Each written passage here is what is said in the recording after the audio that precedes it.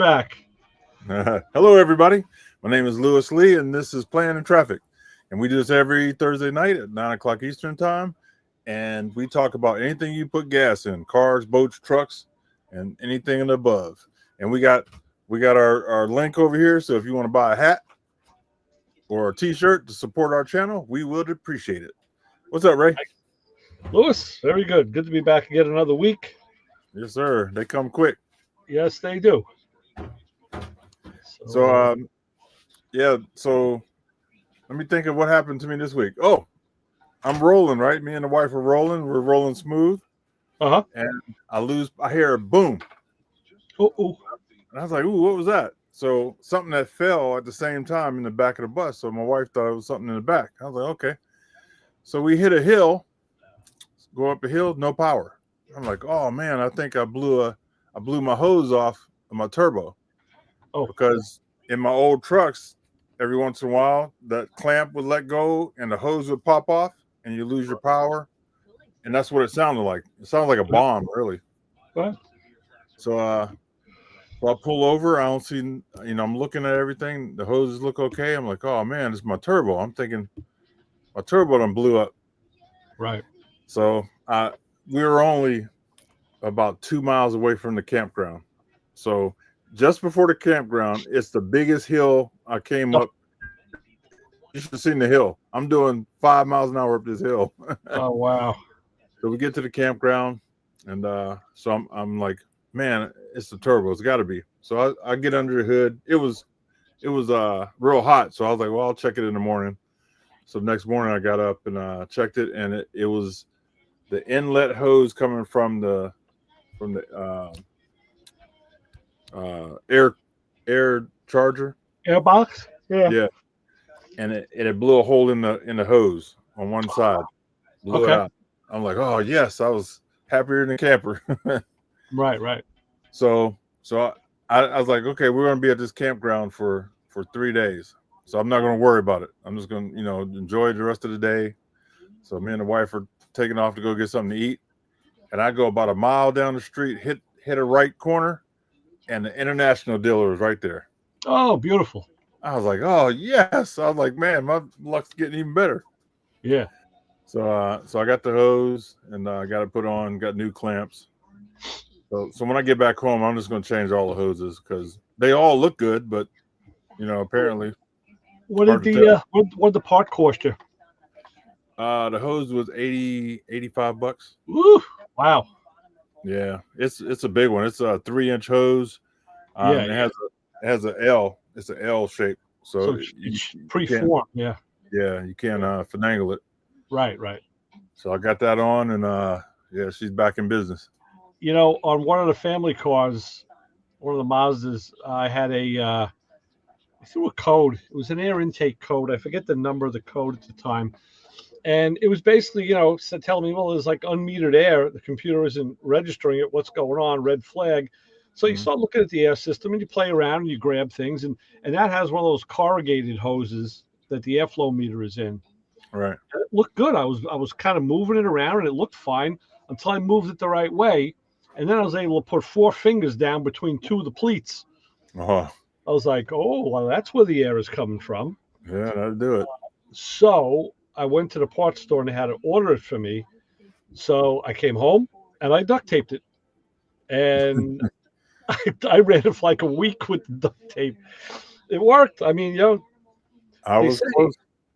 You're right. Yeah, they say, if it moves it shouldn't, use duct tape. And if it doesn't move and it should, use WD-40. Yeah, so, right. The duct tape did it, man. Saved the day. So I got that Gorilla tape, and that stuff really no joke. Yeah. And I was getting ready to do that, but I cut the hose to get it off. So if I couldn't find the hose, I was done because I cut my old hose. Right. Yeah, you were done. Yeah. Well, no, I was lucky you found a dealer. I mean, that's great. Yeah, you literally just walked into that one. Oh yeah, I couldn't believe it. I turned the corner. I was like, oh my God, there's a dealer right here. It wasn't even 2 miles away from where the campground is. Nice. Yeah. So I got my man Alan coming back to visit us.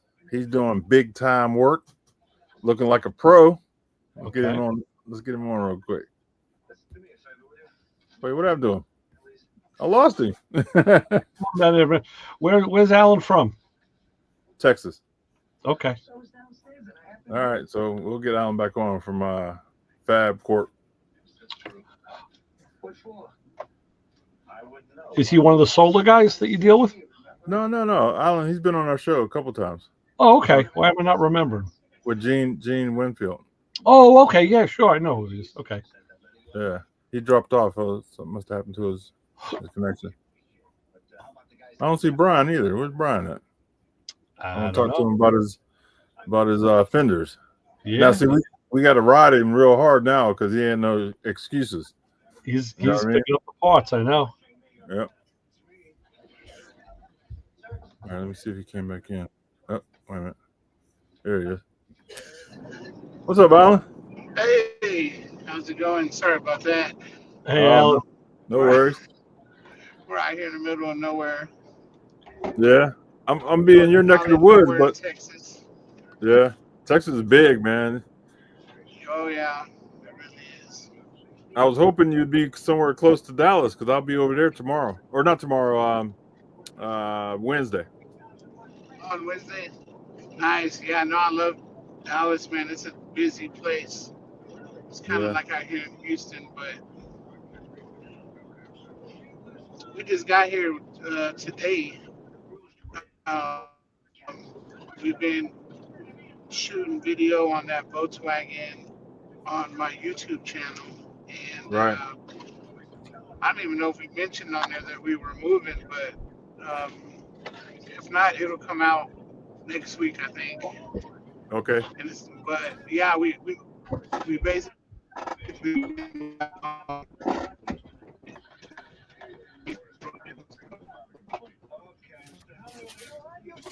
He froze on us. Yeah. That's what happens when you're driving.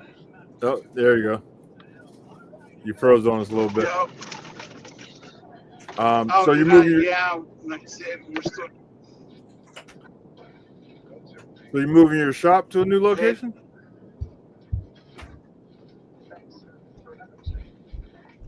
Yeah, we moved the whole shop and everything. Okay.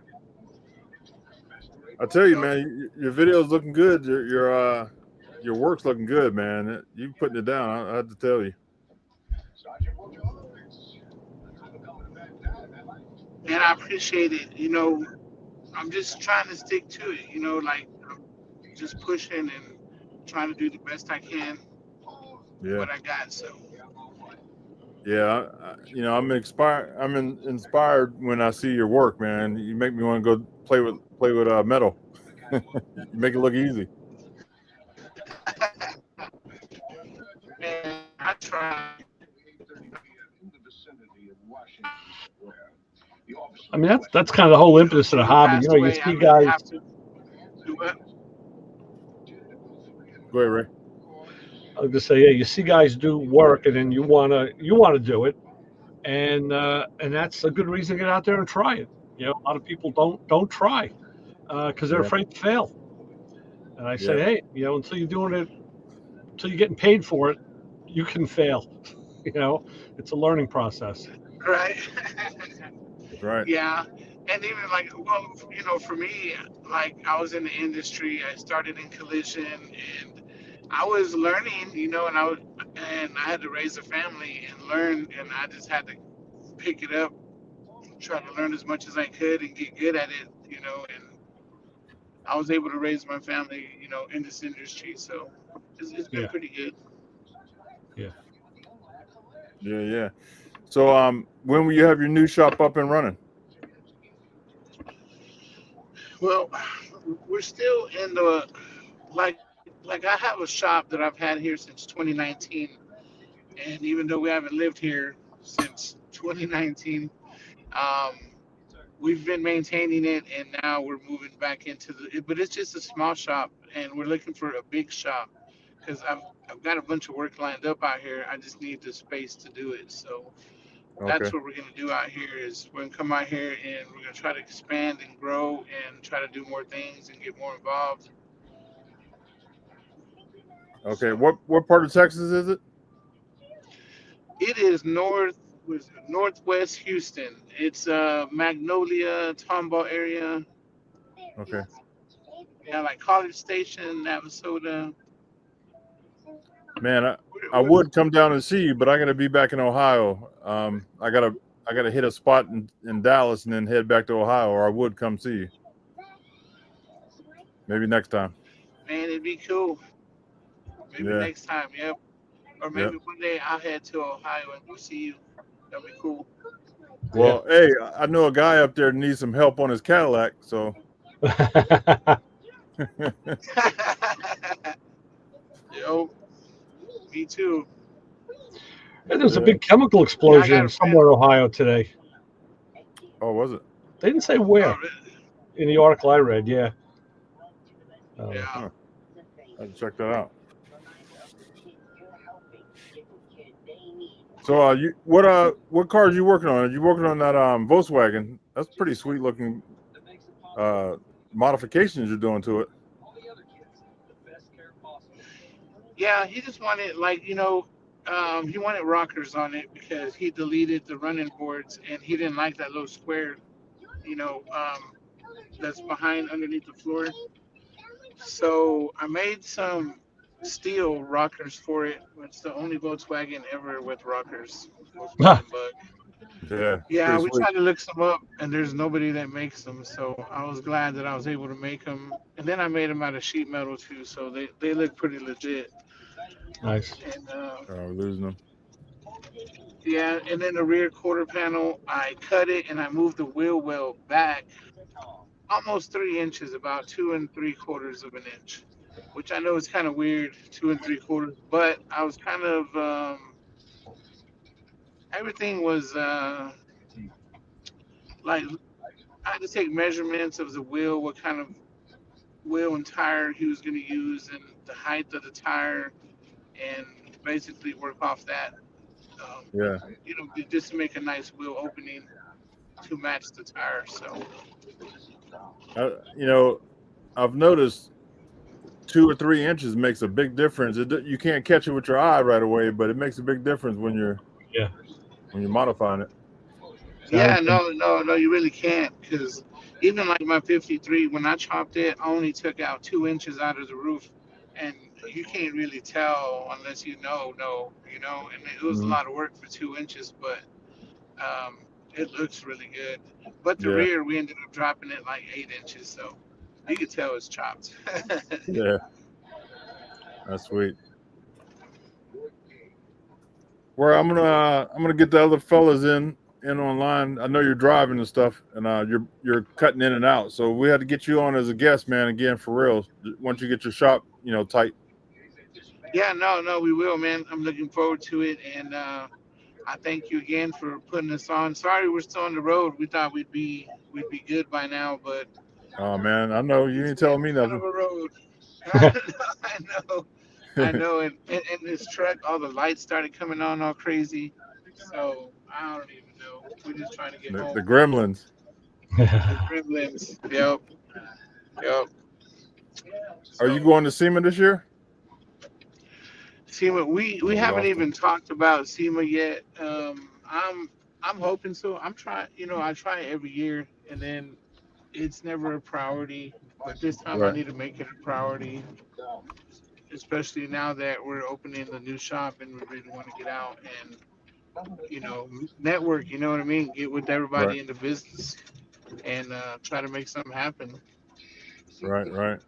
Well, let me know if you need me to do anything. I'm always here for you.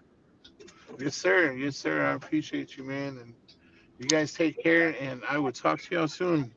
All right, be safe out there. All right. Thank you so much.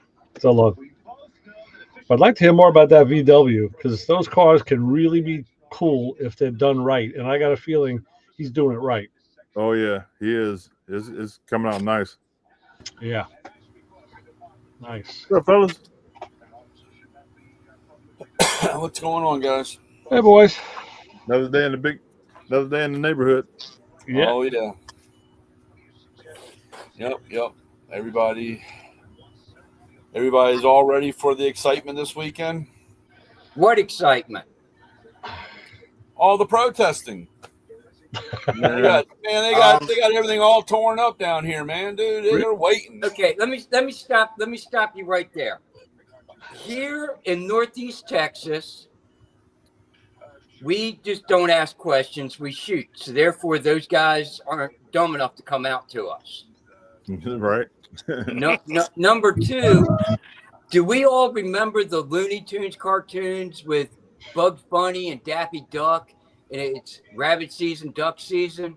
No. Car show season, riot season. Car show season, riot season. Yeah. I'm going to a car show. I don't know about anybody else, but Saturday I'm heading to a car show.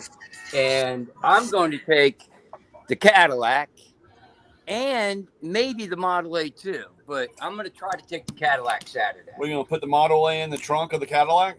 It's possible. It's big enough. Well, unfortunately, in other cities around the country, that's not how things play. So it's regional. It is. So how many, I mean, like, you know, in Texas, they just went ahead and called the guard before it even started. So with what I'm seeing, and I'm getting, you know, second and third hand information, you people that live up in the cities, and yeah, I've seen some of that shit going on in Northern Virginia, DC, Philadelphia. I'm sorry. There's going to come a day, and it's going to come real soon. They're going to replace the rubber bullets with the lead bullets. And Actually, it's going to fly on Austin, both sides, and it's just going to be the start of the Civil War. there was And a the lot Civil going War on this in time Austin. isn't going to be like anything that anybody ever thought of before. It's going to be a right and left versus an anti-Trump freedom America. Yeah. And it's going to be crazy for sure. I'll be at a Ren Fair, so it doesn't matter. Well, I'm going to sit back and pop the popcorn and enjoy a car show because that shit ain't going to happen in Northeast Texas. There Yeah, you go. So Brian picked up some gear. What'd you pick up, Brian?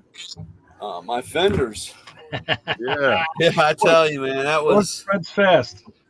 yeah, that was we went up there and it was raining nasty, and we walked in, and I noticed when we were in there wasn't that many people there, but I noticed that everybody's walking with hoods and fenders and like sections of cars, you know. Yeah.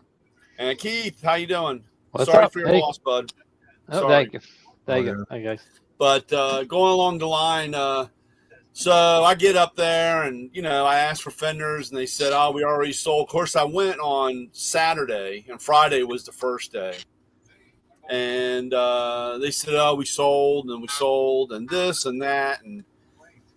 But we kept walking and we came up on a guy that had like 3 driver's side fenders. And I got talking to them, and they were reproductions. And I really wanted OE, good used set of fenders, because they could be fixed. And so we went back and forth, and I had Molly, that's my middle one, with me. And we get walking, and she's like, just go back and get the one fender. At least you got something, and we'll find another one. Mm-hmm. And I was like, yeah, but I really want original stuff. And then we got in that whole discussion. So we walked along, and there was this guy. He's about my age. And he's got 2 fenders sitting there. And he had a couple other little pieces. And he's just pouring down rain. He's got the raincoat all bundled up. The stuff's coming down on him. And he's just miserable. And we start talking. And he's like, yeah, I bought this convertible when I was 17. I've had it, drove it for a couple years. It's been sitting in the garage. A buddy of mine told me I need to get my shit together and get it back together and put it together. And that's what I did. Sound familiar? And he goes, these are the leftover parts. They're originals. And I said, well, what do you want? He said, look, dude, I like to get $250 for them for the set. And I was like, I don't know, man. They need some work. They had work in them. He goes, yeah, I know. But I'm not taking them home. And I lowballed them. I said $140. He said, here, give me the money. Actually a $250, that's a steal. Yeah. Well, I mean, they were really good. I mean, I stripped one. I cleaned one up, and somebody had did the work. The work in it they did with brass. They had put it in with brass and fixed. And Yeah. but going along the line, I just so we're walking out, and it was funny the look on Molly's face because I got one, she's got one, and we're walking out, and I said, if anybody asks, we're selling these, we're selling them. And she looked at me and she goes, you just got them. I said, but we're going to make money, and you're going to go home with money in your pocket. She said, okay, we'll sell them. Yeah. And so we get back, and she's got a Volkswagen Jetta. And I was thinking the whole time, like, how many pairs of shoes are in the trunk? Or how, is it, are we going to be able to fit these things? And I'm trying to figure out how I'm going to place these things in there. And sure enough, we opened the trunk, laid down the seat, slid them in, and that was pretty much it. And the funny part about the whole thing was I told Molly, I said, let's go back and walk around if you don't mind. And she said, we're here. We're already wet, so it doesn't really matter. Hold on for a minute. We went on, and we went in, back in, walked around. About 25 minutes later, the sun came out, and the place got packed. And we were walking down that aisle with that guy, and that guy was giving me the mean look, man. He knew that he should have just held on to him. He probably would have gotten more money. And I told Molly, I said, don't look over there. Just keep walking. Don't look over there. So, but it was a great time. A lot of stuff. And then I had a problem. Sorry. After that, I was like, she goes, well, what else do you need? And I'm like, I don't know. I've been so busy thinking about fenders, I didn't even know what else to look for. Well, you have more of everything else. Well, that's true. I almost bought another set of used fenders. They were in really bad shape in the bottom. And Molly actually said, go ahead and buy them because she knows I'll buy multiples. But I said, I got my fenders, and that is it. And came home. I cleaned one up. I tell you, that Eastwood drum sander thing is a beast, man. That thing, cleaned that right on up. And it doesn't, there's no heat or distortion. It's just really weird, but it really does work good. Clean that thing up. And the Maco man is endorsing a tool from Eastwood. I'm just saying I'll endorse anything that works right. It works, it works. Well, that That's tells right. me that it's good. Hey, Paul. Good tool, so I'm Paul, curious. I'll tell you one thing. Maco doesn't make any of its tools. I understand that. The only thing they make are toolboxes. Everything else is Reebok. I didn't think they even made their own toolbox. You do make Yeah. your own boxes. That's the only thing we make. We make toolboxes. That's what we did since 1946. We made all the boxes for Mac. We made them for Sears. We made them for a couple other places. But Maco doesn't make any tools. So I will tell you what works great and what doesn't. So, but going along the line, I'm having fun. It's fantastic. I have to say, I was very excited for you when I seen. Yeah, we were all really excited. Great news. Yeah, We we were want to see. We want to see guys in the hobby succeed. We want to see our friends get stuff that they're looking for, and that's what it's about. And it was really funny because I told the guy, I said, "Hey man, this thing doesn't have an antenna hole," and he goes, "It never did," and I was like, well, that's kind of weird, but okay. And I was waiting when I stripped it to find where somebody welded it or patched it, but there is nothing there. So I guess maybe the car never had an antenna. Maybe it was a radio delete car. I don't know. It was a convertible. If they came with power antennas, did they put them in the back? They did that on the Pontiacs a lot. Yeah. Power antenna went in the trunk. Yeah. So but I don't remember that really. Yeah. Okay. But maybe he said that he goes, it never. When I bought it, it didn't have an antenna. Yeah. And because I was waiting when I stripped that area to find a place where it had been either butchered up or welded up or whatever. But Yeah, yeah. it was fairly clean. It's got 2 bad spots on it, which is all normal. It's, put a patch panel in it and go from there. So, Yeah. Well, at least you got your damn fenders. oh, I know that's been forever. And then the funniest part, one of the funny part was the look on Molly's face when we walked up to this one guy, and he had. I said, "You have any fenders?" And I said, old new stock or used or whatever." He goes, "Yeah, I got some NOS in a box." And Molly was excited. She was like, "Oh yeah, we're gonna get brand new fenders," And money. so then she looks down and sees the 2G. Yeah. She goes, Is that right?" Yeah. And I was like, "Yeah, that's right." That was funny. And she's like, "Did you bring enough money?" And I said, "We're not going to talk about that right now. We don't talk about this in front of the guy." Right. You're giving her a lesson. Yeah, we don't get excited. We don't talk we don't talk money in front like that until the time comes, So, but it was interesting. A lot of shit up there. A lot of cars. A lot of beautiful cars, man. I tell you. And there was actually, I thought of Ray. There was a guy. He had a big corner lot, and he had, I don't know, those tables had to been 20 feet long and 4 feet wide, and it was nothing but wire harness connectors, relays, I love those guys. Switches, timer. I mean, I was like, man, I could stay here forever looking through all that stuff. You didn't get me a timer relay? I tell you, I didn't think about it at the moment, but it was a great table. There was a lot of shit at that table. There was one in Englishtown. It was run by 2 Chinese couples, an older woman and husband. And you think that, okay, they just buy and sell stuff. They don't know what they got. But when you ask them questions, they knew what they had. They really did. They were pretty well versed. Yeah. So I bought a bunch of these pre-wired relays from them. Pre-wired with the harness. Yep. Mm-hmm. Yeah. Yeah, they had a lot of stuff.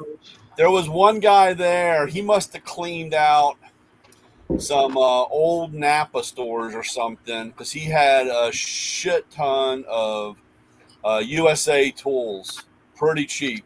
Oh yeah! Wow. Yeah, and what was it? That was every bit of 25, 28 years ago. Oh yeah, they were. I mean, from the packaging and everything, they were at least 30 years ago.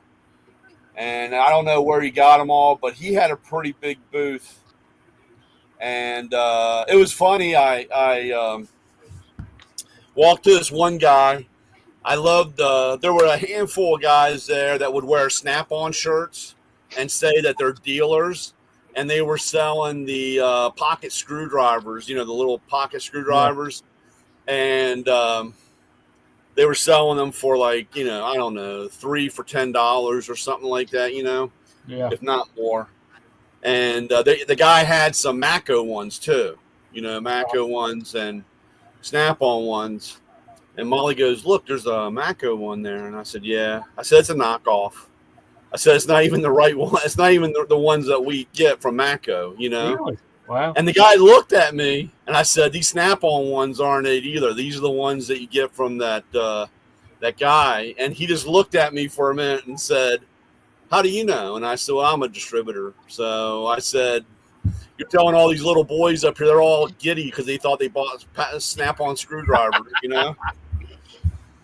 So, and then there was another guy there. He had keep walking, big guy. Keep walking. Yeah, I know. It's like, there's nothing here to see. Just keep moving, And right.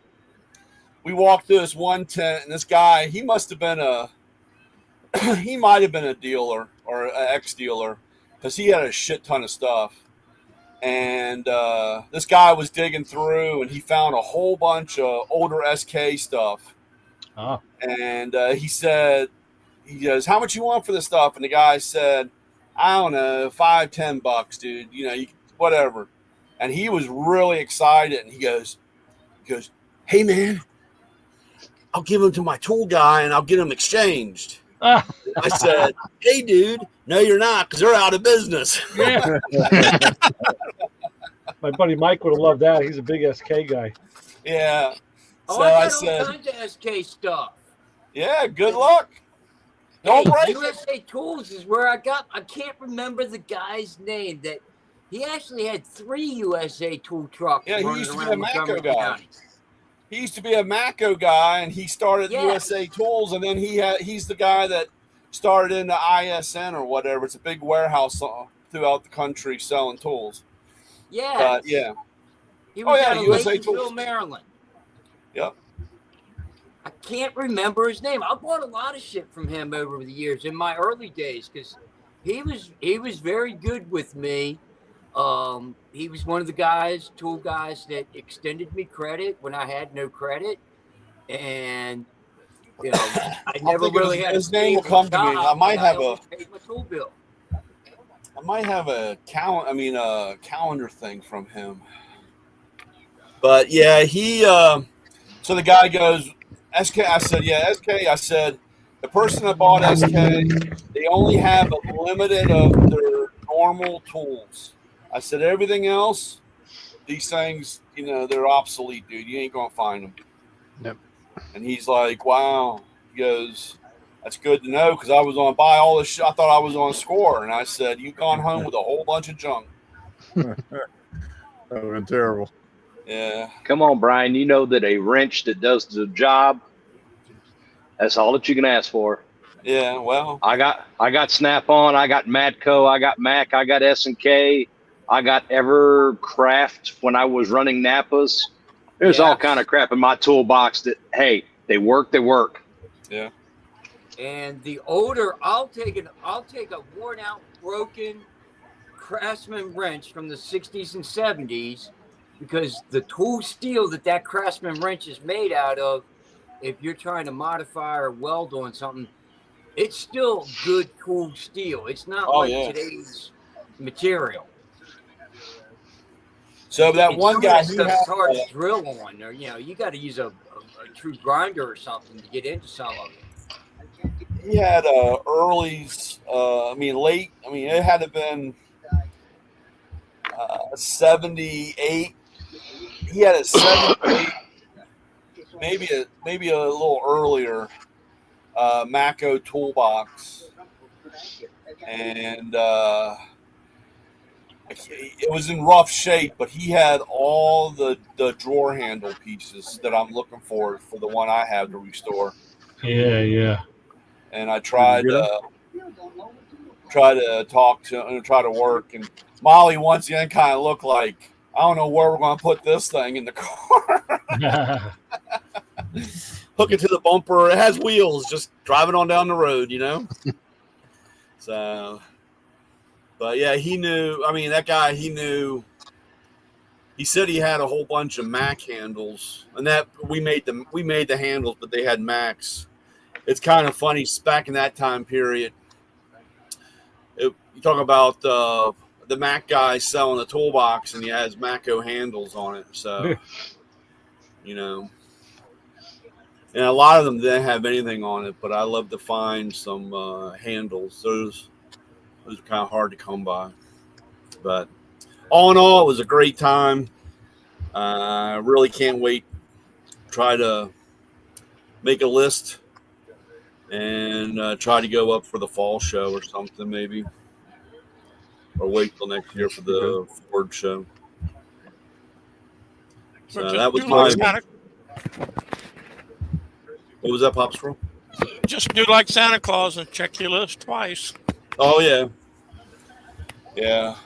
They had a lot of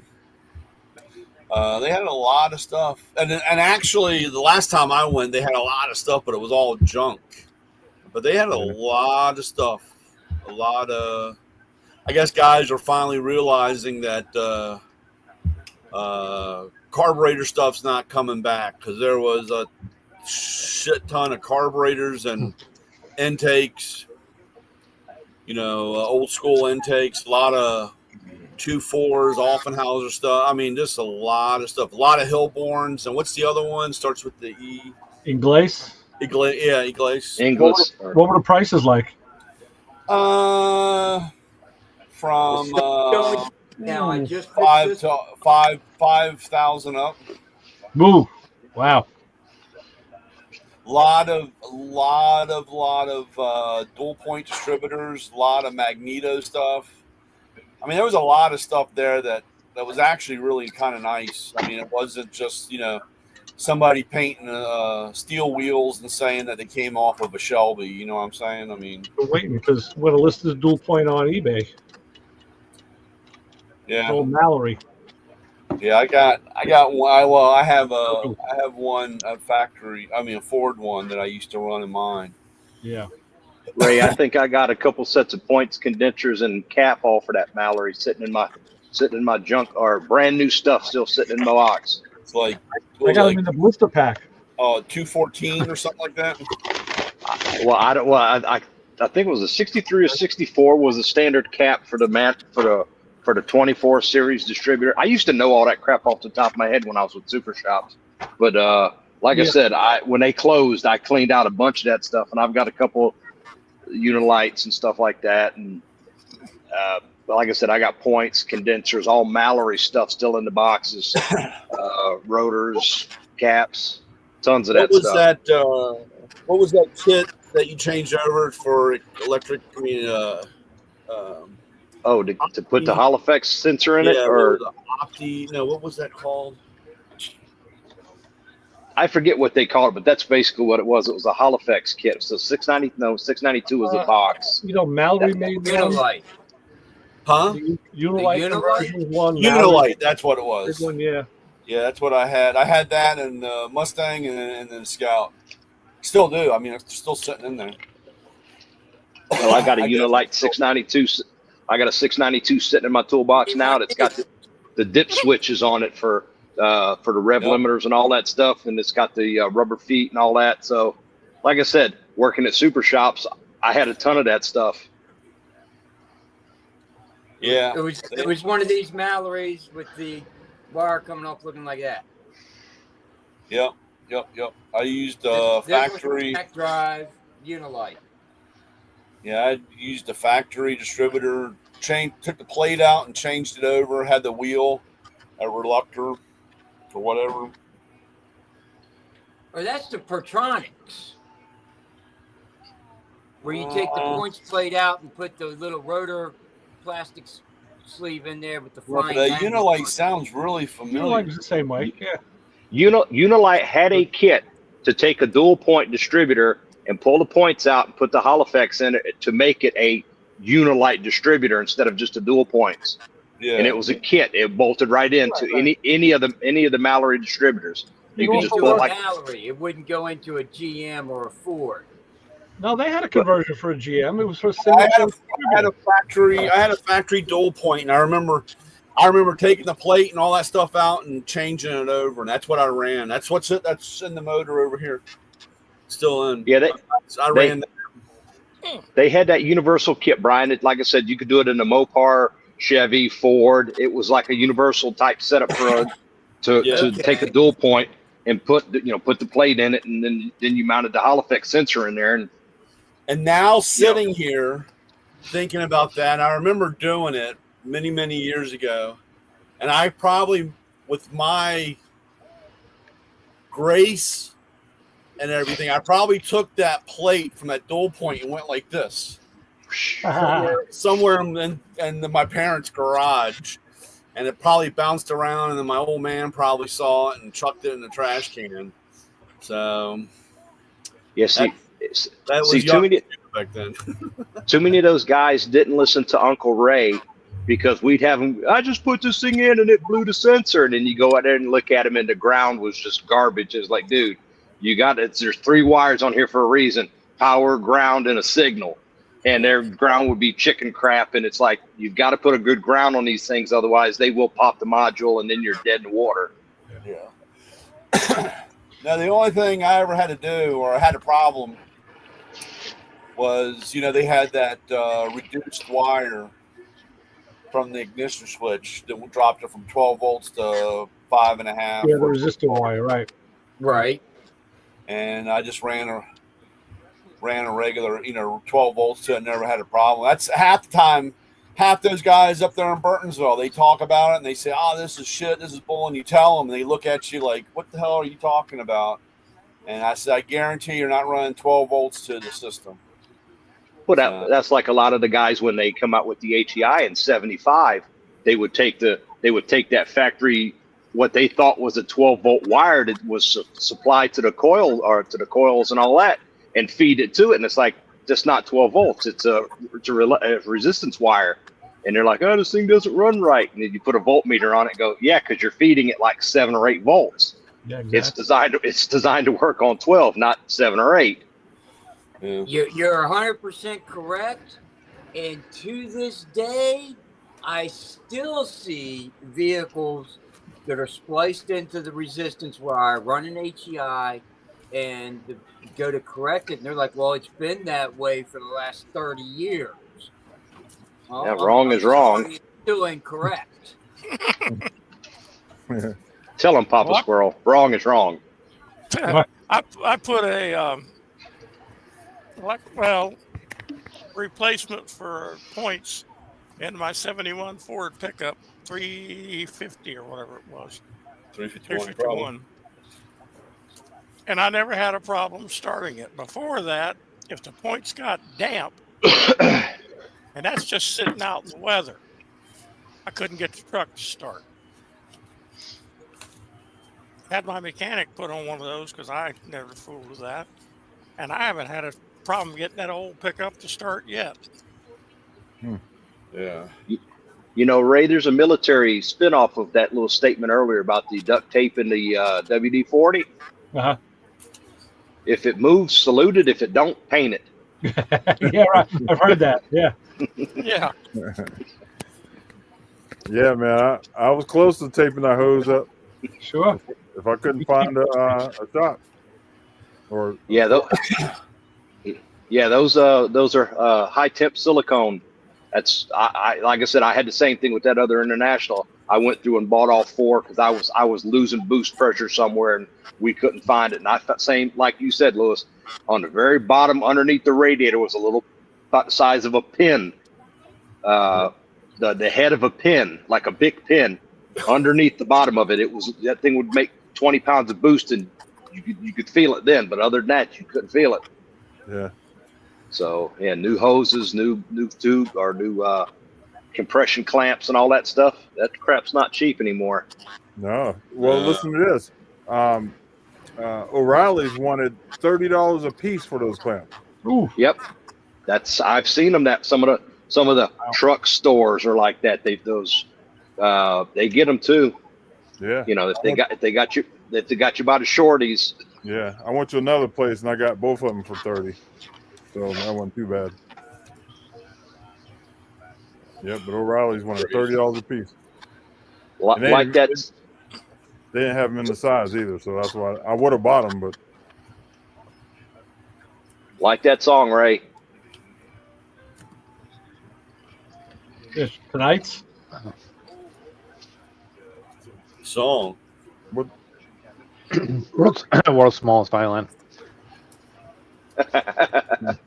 Sea Monster. oh yeah. So yeah, when I get back to the Ohio, I'm gonna change all that stuff, man. I ain't gonna play around. Yeah. Yeah. I'm going to let my daughter have fun with it because we're giving her the truck.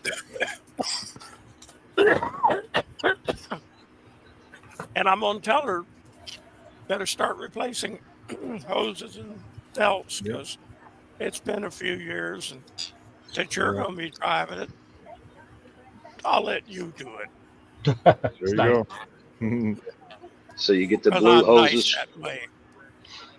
You get the blue hoses for the cold side and red hoses for the hot side and all that fun stuff. Yeah, Well, that is true. Because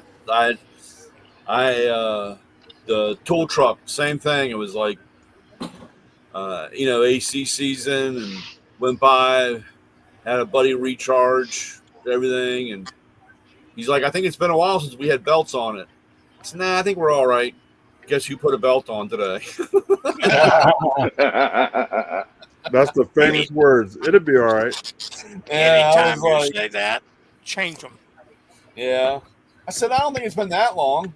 And we didn't even look, you know, and I get going down the road, and the belt for the cab was okay, but the belt for the back, I get to one of my stops, and he goes, what, no AC today? Because usually it's like a polar bear. I mean, it's like, you know, it's most guys don't even go in because they get a headache. They come in from the heat and walk into the back of the truck and get a headache because I keep it so cold. And he goes, what, no AC? And I said, no, the AC. And I was like, this doesn't feel very good. And then all of a sudden, I kind of looked up underneath, and I was like, I'm missing the belt. God damn it. Yeah. Famous last words. Yep. So, yeah. On my way back from Texas, I'll pick up my trailer in Missouri. So I'll let you guys know that adventure. I'm sure it's going to be one. Were you able to find a wheel for the Jeep?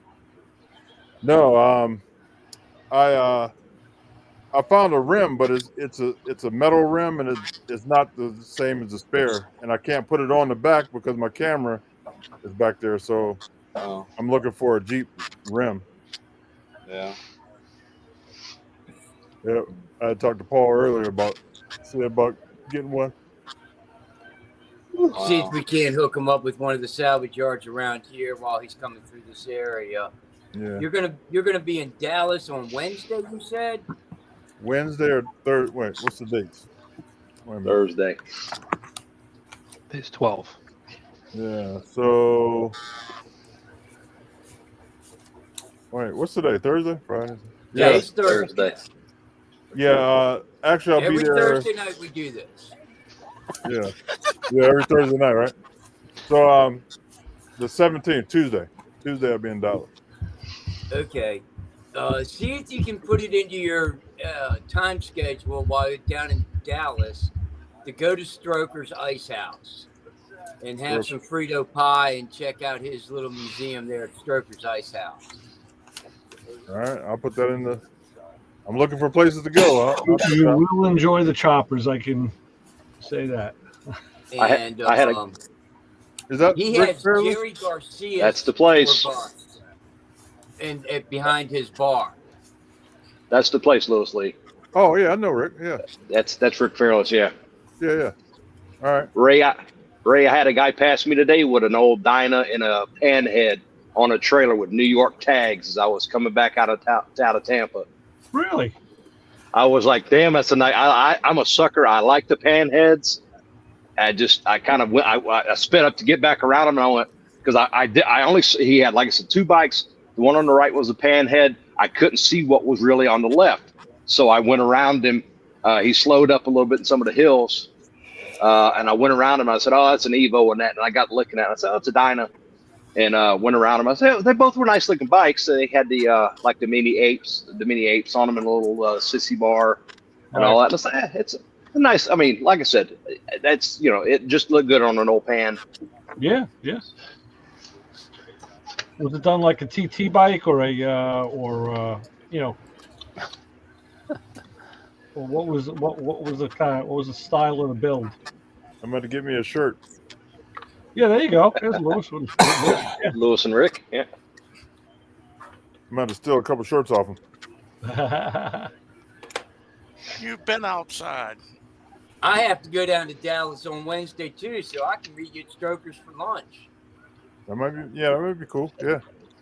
And I'll have my mom with me. You can meet my mom. I'm moving up the chain if I meet moms. That's correct. Did she move down there? She moved down there? No, my mom's gonna fly down on Wednesday and stay for a few days. She's just coming down for a quick visit, and she's got to check up on me, make sure I'm behaving myself. There you go. She knows that's a lost cause, right? She still is trying. She's still trying. That was a Merle Haggard song. Mama tried. Boy, that's the truth. So, in around the Dallas area, we want to see the cowboy stuff. Where should I go if anybody has any suggestions? I got no clue. Football or old school stuff? Old school. Oh, okay. You I am gotta a be Cowboy careful what you fan. ask for. I am a Cowboy fan. So If if you guys had time, go to the Fort Worth Stockyards. That's always a cool trip, but that's a little out of your way if you're just heading to Dallas. yeah. How far is Fort Worth? Oh, that's not too far. What about? Well, it's 90 minutes to 2 hours, no traffic. you got to remember you have Dallas and Fort Worth, and they're both pretty good size, good size cities. So I know in that area of the stockyards and all that was a pretty cool, like old school stuff. Because they run the Longhorns down the middle of the street and all. I mean, it's crazy, but it's a touristy thing. But it is fun to do that stuff like that. So that's the only thing I can think of around Dallas that's not like bars and nightclubs and custom shops and stuff. But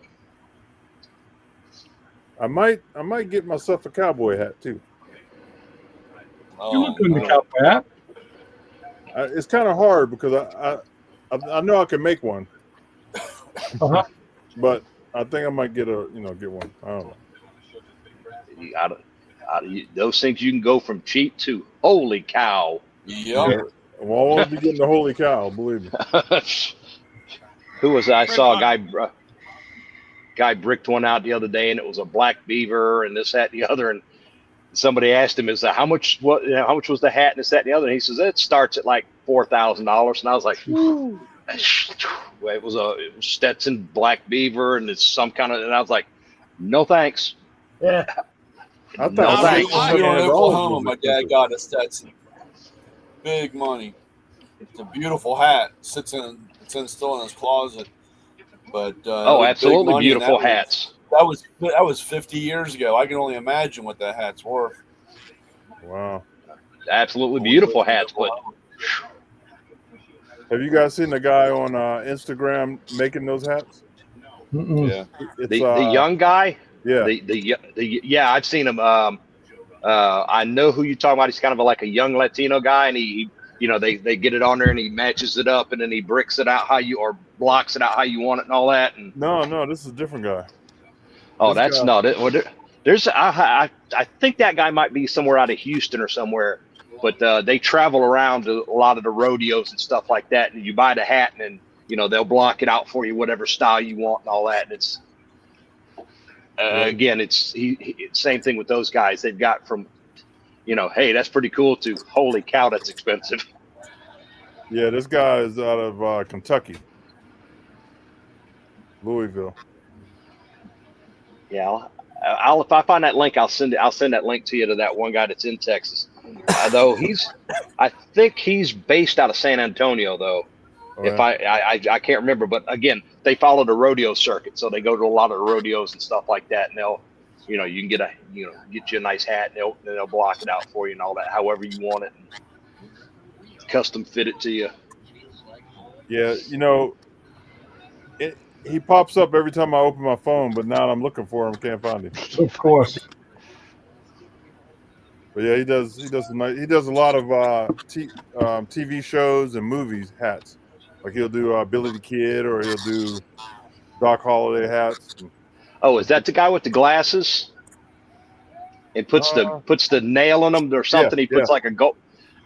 He loses me when he sticks the gold nail in it, and I was like, okay, whatever. You just lost me with the gold nail.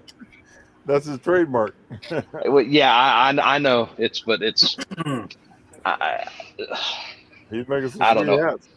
Oh yeah, he's I've seen him do a bunch of them. The Raylan Givens from Justified, the one from Clint Eastwood, and the trilogies, and like I said, they break and do a lot of decent hats. But like I said, he just loses me when he just does that gold nail in it. And I was like, and I went on his website, and I thought $600 was expensive. Man, that's a cheap hat. Oh, not for me. I'm right there with you, brother. I'm right there with you. I even went and looked to see how much the beaver blanks. I get the beaver blanks for $60-$70. Make my own. Well, you see where I'm at tonight. I'm in a truck stop and I'm not broke down south of Dallas, so it's all good.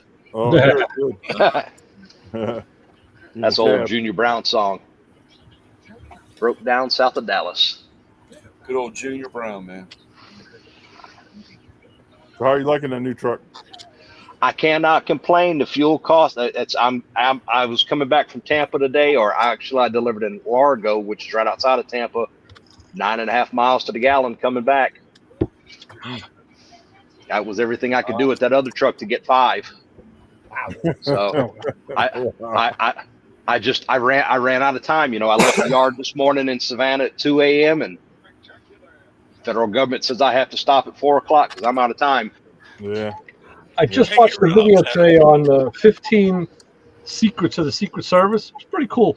And number one was they're talking about the Beast, the limo.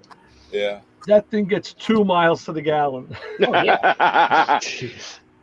I heard that the doors on that thing are like 300 or 400 pounds a piece. They said because 20 they're centimeters thick, but they got to be thicker than that. They say it's like the size of an airplane door, the width. Yeah.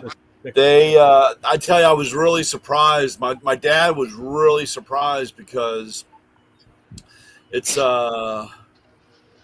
was during Trump's first duty there, and they had a thing on the Beast. It was on one of these PBS or shows. And I called my dad, and he was watching it, and I said, I'm really surprised they showed him when they opened the door how thick the door was. They were opening the door so that Trump could get out, and the angle they were, man, anybody that had the technology today, they could have measured to see how thick that and my dad would have been that would have never ever happened. They would have never shown any of that stuff. I guess they all think, it's invincible now. Well, they did say between the bulletproof glass and the thickness, they claim that it's impenetrable. But nothing's impenetrable. But well, I guess within reason, it's got to be within reason. Well, they've got the new the Kevlar armor and stuff like that they use, and that's a lot more resistant than metal, and because metal, they can go through a 50 cal will go through metal without any problem. Oh yeah. And I imagine that's probably resistant to 50 cal because anybody can get a 50 caliber rifle now. Yeah. That's What's this word now? I thought anybody could have a 50 cal, going back many, many, many decades. It was the quad 50 that had the restrictions on it. Well, it's not the restrictions; it's the cost. Okay.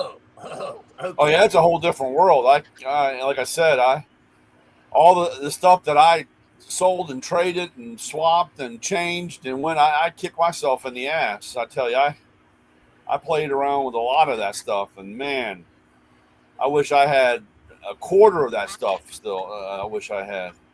So, well, Brian, a mod deuce in the back of the pickup that's a little kind of hard to get away with, but but it's still damn good for taking things out of the way. Absolutely. What's his name? White Feather. The Marine sniper has one of his confirmed kills was with a mod deuce. What's his name? They called him White Feather. It was the Marine sniper that pretty much revolutionized, and modern snipers are all follow what he was doing in Vietnam. And oh God, a buddy of mine, his wife dad was really good friends with him and has got one of his feathers. Oh man, now I can't think of his name. Don't think so hard. It'll come to you. Relax. Hathcock. Yes. Carlos Hathcock. Hmm. He's, like I said, one of his confirmed kills was what a Ma Deuce. Well, my dad was telling me about when he was over in Korea, they used to have a sniper, Chinese sniper that was causing them problems, and they couldn't get him. So it's against the Geneva Convention to use a 50 cal to shoot a person, at least in those days. I didn't know that. Oh yeah. Oh, yeah. You I knew it was against the Geneva Convention to use a shotgun. There are a lot of things that the Geneva Convention does that I don't agree with, and I don't think many either. So anyway, Dad said I really that don't care. That's it. So Dad said that he and some other bozo found the scope and they mounted it to a Browning 50 cal and sighted in for single shots. And they waited till the son of a bitch started shooting Americans, and they shot him with that 50 cal. Dad said it worked real well. He didn't shoot anybody anymore. I bet. Papa Squirrel, what I always heard was the guy said they were instructed to aim for the belt buckle. They were shooting a piece of equipment. They weren't shooting him. They were aiming for the belt buckle, a piece of military issued equipment. That sounds logical. That's works for me. My son got in trouble for over in Iraq. They asked him, what could they do to get the natives more friendly? And Michael said, 2 to the belt, or 2 to the chest and 1 to the head. And they asked, and they said, that's not the way to make friends. And Michael said, it is with me. He got in a lot of trouble for it. Yeah. And then somebody made a cartoon out of it. So double tap works every time it's tried. Well, that's a triple tap. 2 to the chest, 1 to the head. Yeah. But we're not talking about this. Not talk about this stuff. They might be mad at Lewis Lee for. Oh yeah, for letting people put that on the air, because Hey, that's basic.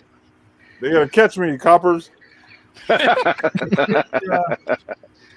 think, Vince, that guy you're talking about is written about in this book. Curtis Hathcock. Yes. I'm pretty sure he's written about in this book. I knew I heard that name before. Yeah, they called it the Vietnamese called him White Feather, because that's every now and then he'd leave a white feather in the jungle, and everybody, it's like, this doesn't belong here. Yeah. He was just kind of mocking them, going, I was here, took out who I needed to take out. You never even knew I was here. And that's why snipers scare the hell out of people. Oh yeah, rightfully so. And you can shoot you from 2 miles away. That's bad news. We have a friend of ours whose nickname is Snipe. It's not because he goes snipe hunting. He was an Army sniper. And the boy was telling me about Operation, whatever that one was that we did, Panama Canal thing. He was shooting, and they had a bunch of Panamanians, and of course the leader was like a lot of their leaders. He had a cowboy hat on, and he had his guys kneeling down, and he was berating them. Snipe said, I took him out. The hat went flying in the air, and one of them caught it. But instead of running or seeking cover, they just stood there. He said he's hollering to himself, run, you sons of a bitches, as he's having to shoot another one and another, because that's his job.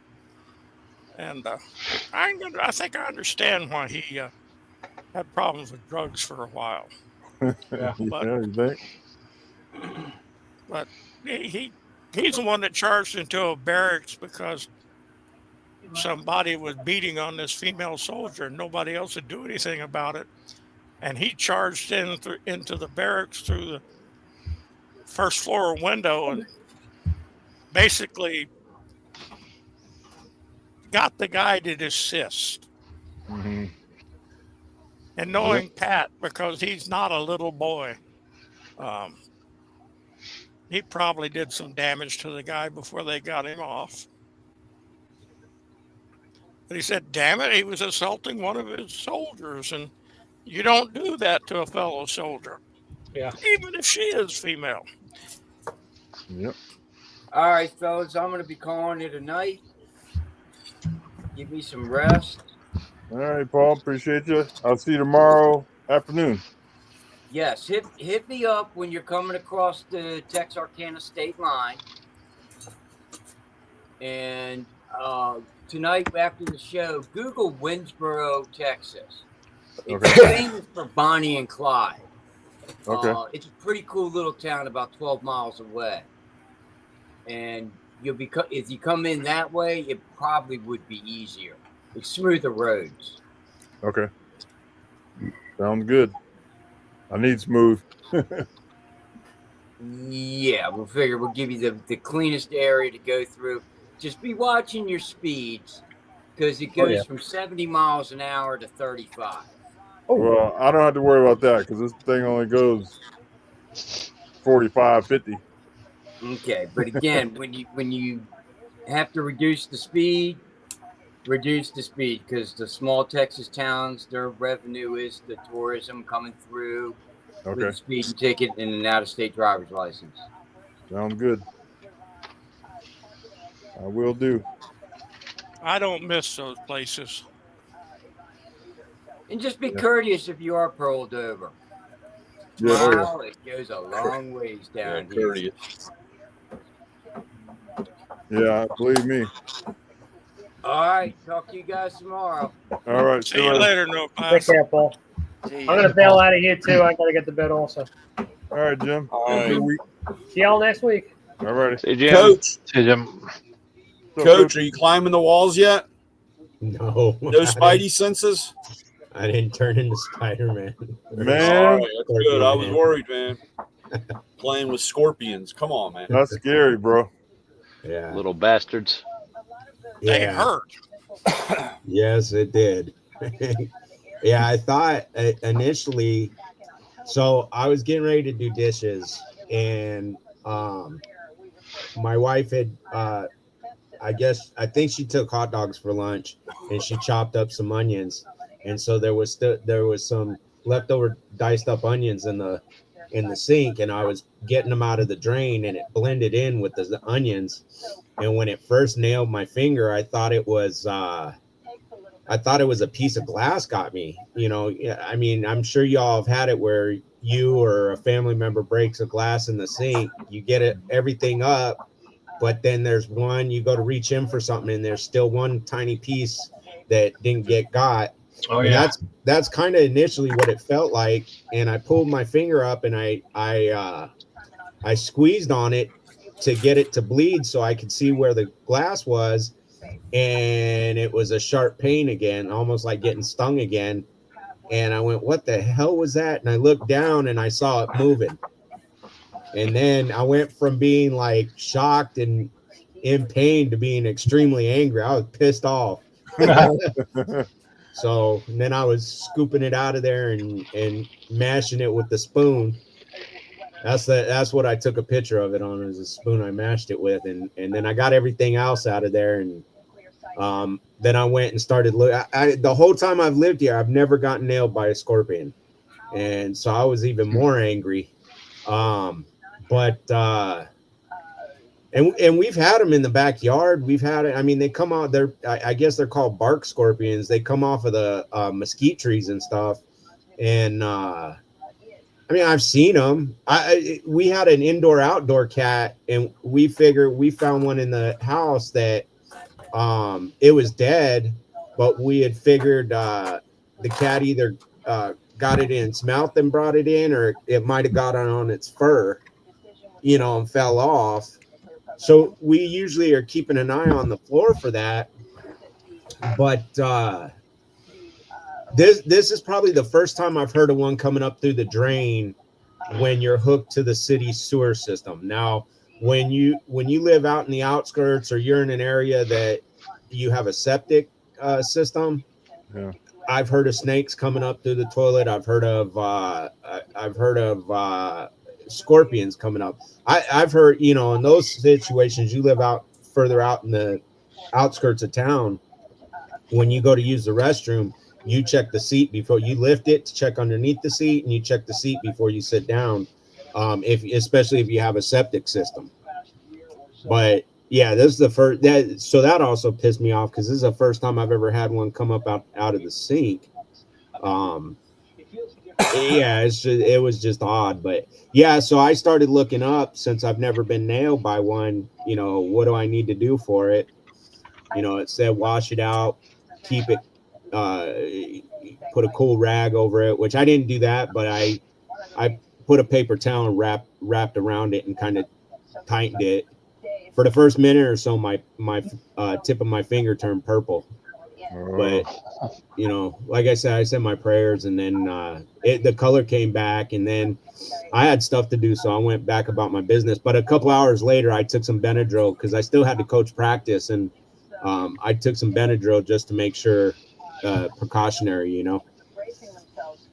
And then, and I'll be honest, I mean, after that, you know, and I was watching myself, listening to my body the rest of the day, but I had made the decision if it got worse or if I went to practice and I was feeling not too well, that I was going to go to urgent care immediately after. Yeah.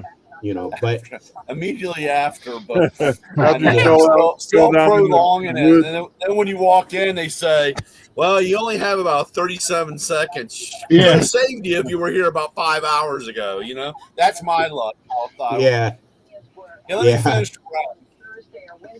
Yeah, that's like when I got that infected, when I had that staph infection in my arm. Yeah.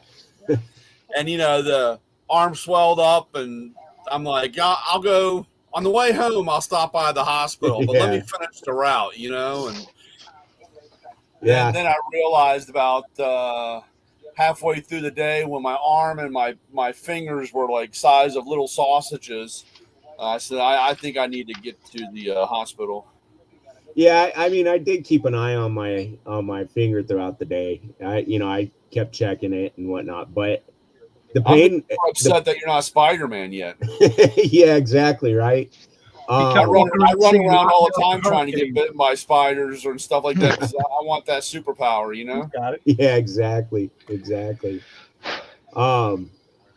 Yeah, it was odd, and it really, I mean, it felt like hot metal in your like inside in your skin initially.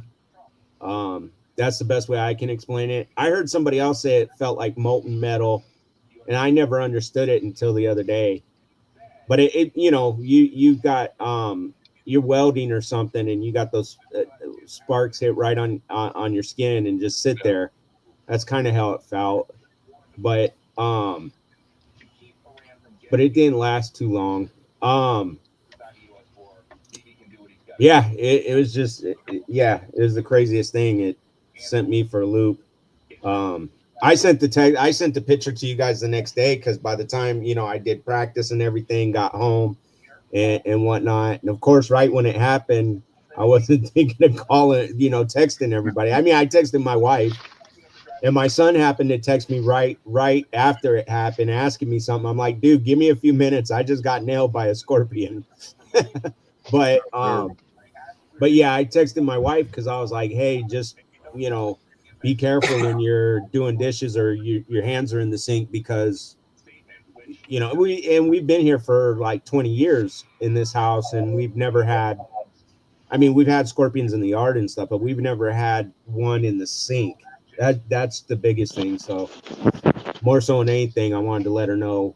My spider story is when we lived in Oklahoma City, and it was a clay. I mean, it was like a sand, you know, dirt type thing. And me and my brother, we would take the hose and we would hold it down on the ground in full force, and the ground would raise up. you know, and then come down and leave this hole about yay big in the yard. So, and my dad's yards were all golf courses. You know, he was very particular, and of course, you know, me and my brother were out there blowing these holes, blowing the yard up. We got these holes about yay big. And, you know, like I said, my dad, calm, cool, and collective.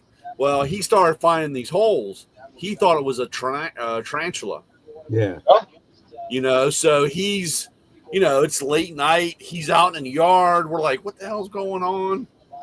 And finally, he had said something about, hey, look, you know, I think we have a little tarantula problem. You know, be careful in the yard.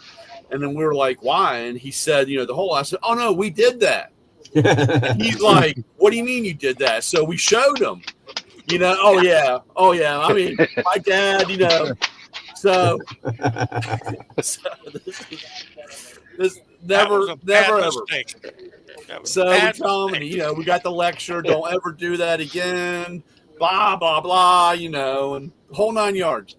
So one night he's coming home and like, man, he busts through the door and runs through the door, goes into the garage, hits the button, runs out, and you can hear the shovel whack on the ground. And we're all like, what the hell's going on? And he had killed 2 tarantulas walking around on the driveway. It was like 3 or 4 days later, you know. Yeah. So of course, you know, he thought that there wasn't any, but there was, and of course we were making the hole, you know. But it was kind of funny. We've had I think about 2 or 3 in the yard here, tarantulas. Yeah. Yeah. Well, the nice thing about those is they don't bite. Yeah. Much. Yeah. They're nasty though.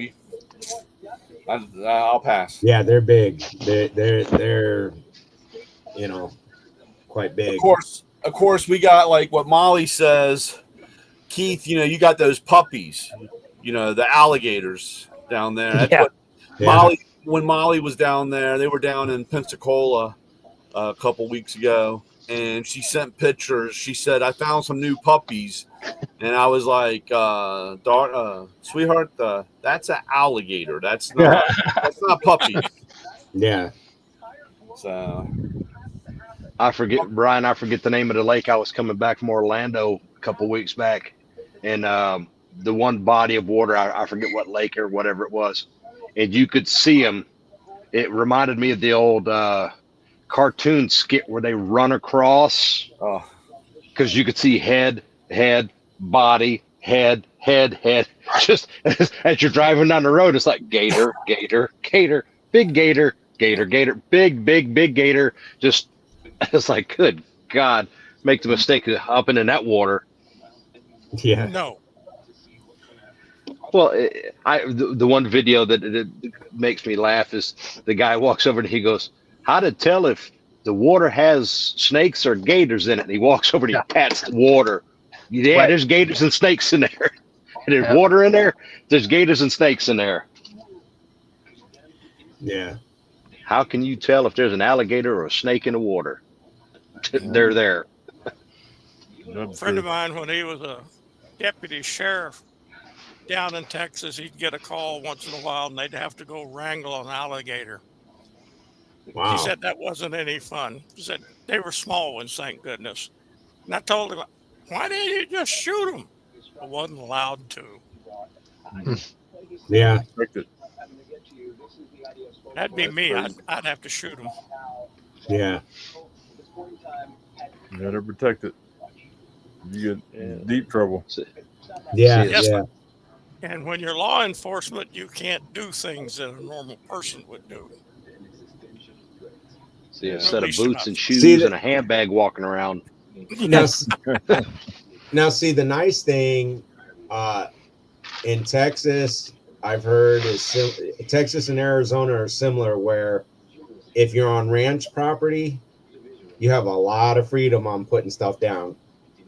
So like the ranchers, you know, because they got to protect their livestock and stuff, where you might not be able to put that stuff down in the city or around the outskirts of the city. But if you're in ranch country or you're on ranch property, there's a lot more you can do. Actually, that's and I might have this slightly off, but when a few years back, when they loosened the restrictions on being able to get a silencer in Arizona, that the Ranchers Association was one of the ones that pushed hard on it. You know, for when they got it, like they come across coyotes that are messing with stuff. Coyotes, anything, bobcats, mountain lion. You're in the high country, then probably bear. But they have a lot more leeway to deal with that stuff. Well, Texas is dealing with the pigs, the wild boars, and the wild hogs. And I've got a buddy that lives in Nebraska, and he goes down probably about twice a year. Yeah, they've got a group that goes down from Nebraska to Texas, and they spend 3 or 4 days out there, and a lot of them use suppressors and stuff like that to try to keep them from just absolutely running away. Because you know, you get a pack of hogs, man. They can down in New Orleans. We were down there on the airfoils, and they shook us out, and they showed what the hogs do out there, how they just wipe out a whole section of the the swamp or the Everglade thing. They just eat everything, and they just move right on over to the next section. They're nasty. They'll lay waste to crops and other animals and let them run across any kind of a goats or cows, or I mean, they lay waste to damn near anything they get their little tusks on. It's bad. Keith, what do you got running around your area? That's what I was just gonna say. I've seen pictures where people have like the nice St. Augustine grass and stuff, and they'll put pictures up on like Nextdoor or whatever those websites are. It's just all rooted up. It's just like all destroyed. It's like, oh, and like, what's eating my grass? Well, like, you got some hogs there. They're tearing it up. Yeah, they just rip everything up. It's worse when people are in the neighborhoods because they're knocking down a whole bunch of trees and everything. Yeah, they have. They go and just ruin it. They have javelina out here that do that. And then you got idiots. So if you put them down and it's not in season, you don't have a license. And especially if they're coming through the neighborhood and you put one down, of course, you got a lot of explaining to do. But you got a lot of idiots that feed these things because they think they're cute and they come through the neighborhood. Man, you don't let them be. You don't want those things in the neighborhood. They tear everything up, and the javelina are very nasty. I'm sure in that sense, similar to the feral hogs. They'll charge you. Hell, we were doing a youth football practice years ago, and we were right here behind the house at the park, and all of a sudden some javelinas started coming by, and I said, hey kids, that way, head that way, let's all go. And I started to take off running, and I figured the other coach had the kids behind. I was going point, and I turned around. They're all sitting there staring at me, and I'm like, javelina guys, move. And they're all laughing. Well, the javelina moved on, and when we came back, the one coach was laughing. I was like, dude, those are not something to you never know. They're temperamental. You never know when they're going to charge. It was probably about 3 weeks later, somebody had told him, no, Coach Isaac was right. You take off from them thing. Get the hell away from them. They won't charge. Like, if you're moving away from them, they won't necessarily charge after you unless something's wrong with it. But any sudden movement and you're by them, and I think they're one of those animals that are slightly blind too. And any movement around it, they can turn nasty real quick. A friend of mine in high school got treed by some javelinas. Of course, he was shooting at them, but So I had a buddy that same thing. So he's up in a tree, and he said, damn it if he didn't drop his ammunition. So he's up there with about 2 rounds, and he said he took his belt off and tied himself to the tree because he spent a full day up there, and said they just swap. watching him. Yeah. And finally, I guess they got bored and left. And he said he never did that again. Yeah. That's a hell of a fall. Falling asleep and falling out of that tree. Yes.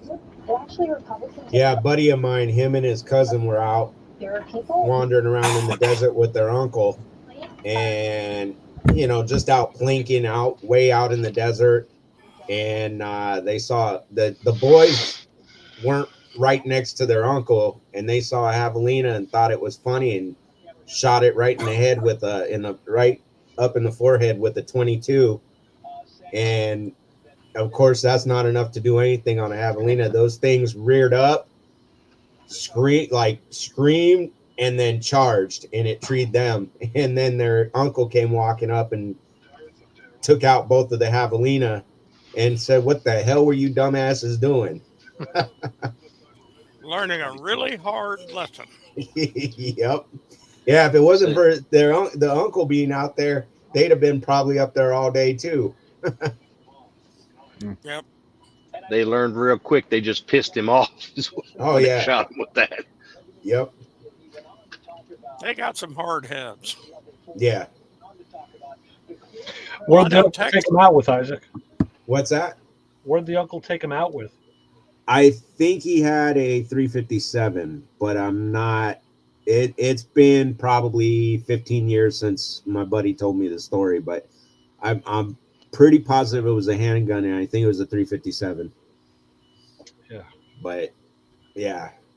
Now you can get a license. You can apply and get the license down here, and they do have certain times a year you can go out and get javelina. I've only javelina once. It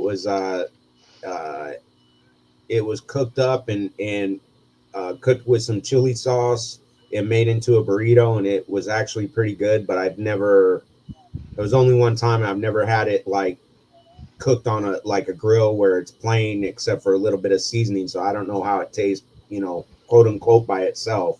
Yeah. Wasn't bad. Wait, guys, I got to jump ship. I'm getting tired. Okay. Take care, Lewis. Next week I'll be in Texas. Hopefully I have a cowboy hat. Yeah. Or maybe I some have boots. $4,000 cowboy hat. You can afford it. Yeah, I'd like to get one of those Clint Eastwood hats, the trilogy hat, that Vince was saying, the Man with No Name. Yeah. I think they call those a bolero hat, but yeah. But I don't want to spend those several $1,000s on one. I don't want to spend $700 on it. Yeah, same here. I want something that I can enjoy and then I can wear out and beat up and not feel bad for beating up. Maybe I can find a crackhead. If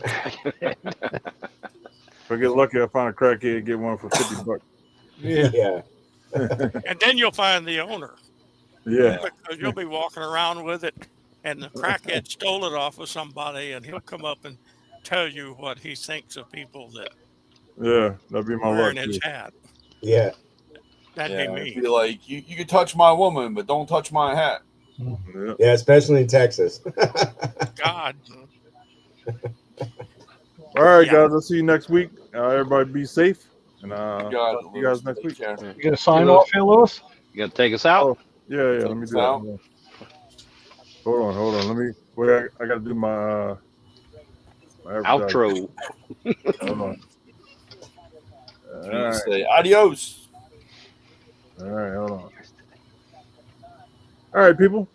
I appreciate everybody that's been in the chat and everybody that's hanging out with us, all the usual fellas. We do this every Thursday night, so please tell everybody that we talk about cars, trucks, and everything you put gas in. And we will see you next week live on Planet Traffic.